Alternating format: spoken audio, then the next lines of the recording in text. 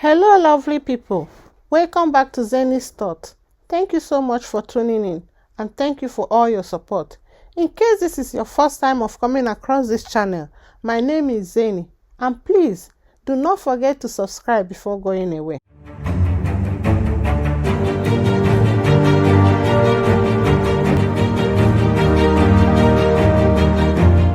So guys, I saw this video on the internet and I thought that you guys should see it. It is a Fulani herdsman. His cows were destroying people's crops and the people were asking him to go away from the farm and he refused. As a matter of fact, he claimed that nobody has the right to chase him away from there because the land belongs to him. He said he was born there. And I think this is somewhere in Yoruba land because they were speaking Yoruba. So for the interest of those who do not understand Yoruba, the Fulani herdsman said that he was born in that land, that he went to school in that land, that he understands everything that they are saying, and that there is nothing that they can do to him, that he has every right to let his cows feed wherever they want, that they can be wherever they want to be, and no person is going to do anything to them, that he also belongs to that land. So I will allow you guys to watch it and see what the cows are doing to people's farmland.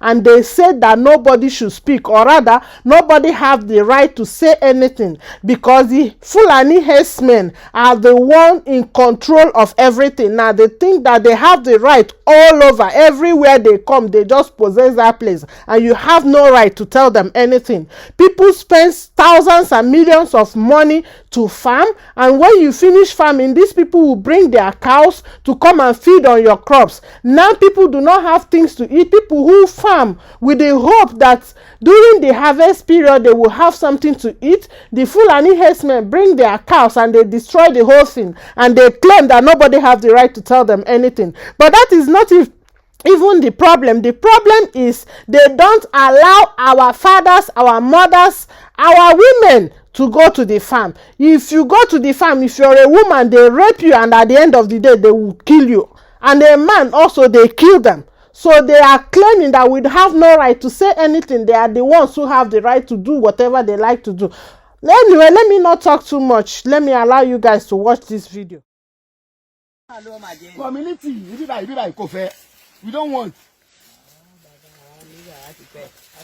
don't want. We don't want. What do you mean? Ṣé gbọ́n kan tó ń sọ ọlọ́run tí a ń bá ẹ ti pẹ́ kí lorúkọ ẹ ìkejì ẹ ń kọ́ Ìkejì ẹ̀dà. kí ló wí ìwọ nìkan ni kí lorúkọ ẹ. Ó sọ fún Ibrahim. Ibrahim kí ló ń jẹ ojú mi báyìí wojú mi. ṣé mo kó ọmọ nǹkan tó ń ṣe. ṣé mo kó ọmọ nǹkan tó ń ṣe. Fẹ́mi ọmọ ni. kí ló wí. Ó ní mọ́tí mo kò tó mo ṣe mo ní kí ni mo ṣe. Wo bí báyìí. Ibrahim Wo bí báyìí.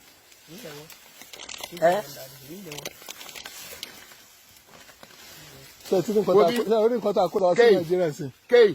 ó yá kó màálù ẹ. Ó yá jáde kó bí báyìí. kó màálù kó máa lọ. Ibrahim kí ló wí. Kílẹ̀ màálù kọjẹ kí ni màálù máa jẹ ń bí báyìí. a ní kó máa lọ onílẹ̀ ní kó máa wà bí báyìí mọ́ wọn ní kó máa wà bí báyìí mọ́. Kíjẹ̀ mi ló nílẹ̀ sẹ́sọ̀rì oúnjẹ màálù ni bàbá. Ṣé àdúrà náà tẹ́lẹ̀ mi máa ń dalẹ̀? nǹkan tó ń ṣẹlẹ̀ rèé. Àwa ibi bá ti ń bá ibi bá ládùúgbò àwa ń bí bá. níbo làdúgbò yín. Ti ń bá ibi bá ti di àdúgbò àfẹ́ wàhálà kọ àti Yorùbá kí ló yàtọ̀ àwa ní gbọ́rọ̀ ló ń gbé. Nísìn tó bá ṣe ìwọ. Tí ń bá ó ti dé ilé tèmi ó lè rò pé tó bá jẹ́ ìwọ ló nílẹ̀ yìí ìwọ ló ní. ó lè kó màálù wọ bẹ̀. Yorùbá lè lọ kó màálù kó má lọ fi boko tiẹ̀ jẹ́ kó má lọ dalẹ̀ jẹ́. Ó rí pé ibi báyìí bóyá èmi ló ní tí ń bá ó ní èrò tí ó máa dà jẹ tó ó máa dà ó máa lọ kọ́ lọ jẹ kò sí mí ilẹ̀ sọ fún pákí ó wà ń bẹ̀ mí ilẹ̀ sọ fún àgbàdo ọ̀n bẹ̀ ṣe bí oúnjẹ máa lọ máa jẹ wọn àgbàdà. So kó màálù yín kó màálù yín lọ jẹ pákí onípákí jágbàdá alágbàdo kó màálù yín lọ fi balẹ̀ onílẹ̀ jẹ wọ́n á máa sọ̀rọ̀ ẹ̀tún máa lagidi. Ibrahim àwa ti ń bá ibi bá ìyẹn ó ti dúró dé màálù àwa kọ́ jẹ pákí ẹnìkan olóńkò lè rí bẹ́ẹ̀. Àwa á ṣe àlejò ìbíbà gbogbo ìbíbà ìgboro ìbíbà ó ti bá wa. Àwa ní làbà wa. Ibi tí mò ń gbé ní ìgboro mo wà. ó dà níbo ló ń gbé. Ibo. níbo ló ń gbé Ibrahim. Àwa padà ayé ló ń gbé. Mo ló ń gbé. Bẹ́ẹ̀ni, Fàdàgé ni. Láti ya Fàdàgé. Mo ní Fàdàgé wà.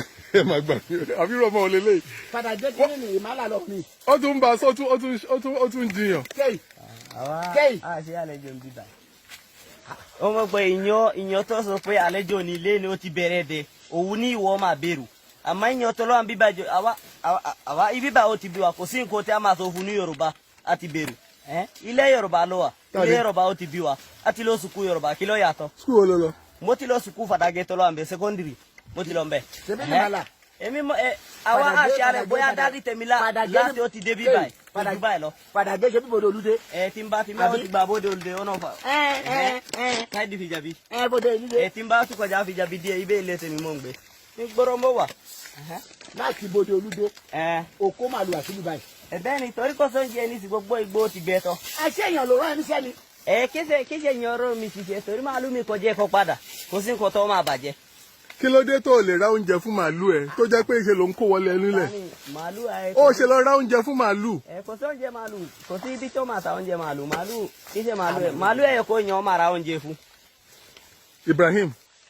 Ibrahim mo gbọ́ yín. ṣé nǹkan tí mò ń sọ yìí ẹ? Ó ti èmi. sọ pé èèyàn kan ló ní ilẹ̀ bíbà yìí tó o dá màálù wá tó fi ń balẹ̀ jẹ́. Àwa àbàjẹ́ bóyá níṣó ti dé bíbẹ̀ òfin kó ilé ṣe gbogbo ilé ọmọ àrò kúrò.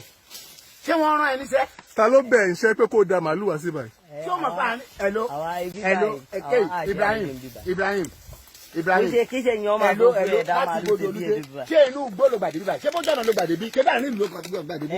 Ṣó yẹ kó máa kó màálù wọ àárín ìgboro? No, ṣó yẹ kó máa kó màálù wọ àárín ìgboro? Ṣé bí ìgboro láti bóde olúdé?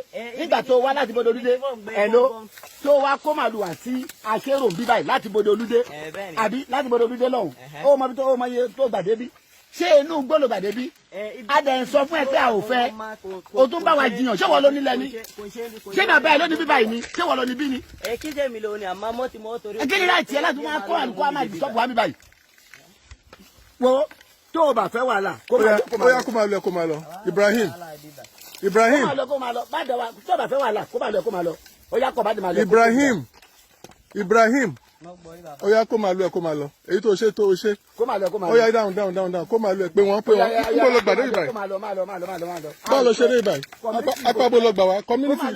Community ní kó máa lọ. Ó yá kẹ́rù ẹ. Ṣé o ti gbọ́ Ibrahim? Ó yá. O ṣe gan ni sọmọkùnrin. Pé wọ́n pé ó gbọ́n kó máa kó wọn lọ. Kí ló wí?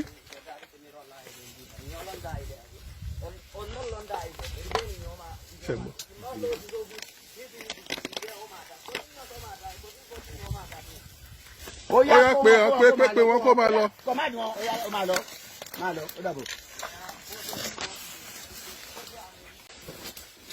Pé wọ́n pé gbogbo màálù ẹ̀ kó máa kó wọn lọ ṣé o.